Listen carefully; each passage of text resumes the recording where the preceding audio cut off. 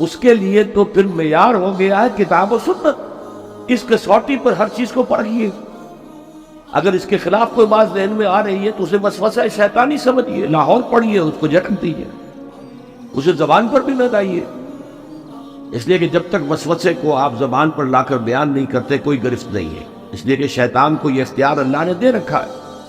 الذی یوسوس فی صدور الناس، وسوسہ اندازی وہ کرتا ہے، لیکن یہ کہ آپ اس کے وسوسے کو قبول کرتے ہیں یا نہیں کرتے یہ آپ کا اختیار ہے. تو اس اعتبار سے وہ عقل جو فطرت سے آزاد ہو گئی ہو وہ در حقیقت گمراہی کی طرف تو لے کر جائے گی. میں نے تو آپ کو بتایا ہے کہ اگر فطرت کی رہنمائی نہیں ہے تو عقل جو ہے، جو فلسفہ خالص ہے، عقل خالص، وہ تو سکیپٹسزم اور ایگنوسٹسزم یہ اس کی فطری منزل ہے، لاجیکل. وہ لازم ایگنوسٹسزم یا اور ارتیابیت کے داغ جا کر اس کا واسطہ پڑ جائے. اللہ کو پہچان لیا، اس کی توحید کو پہچان لیا. اب اللہ کو ایک دفعہ پہچان لینا، مان لینا کافی نہیں ہے، اس کے ساتھ ایک مسلسل ذہنی اور قلبی تعلق قائم رکھنا ضروری ہے.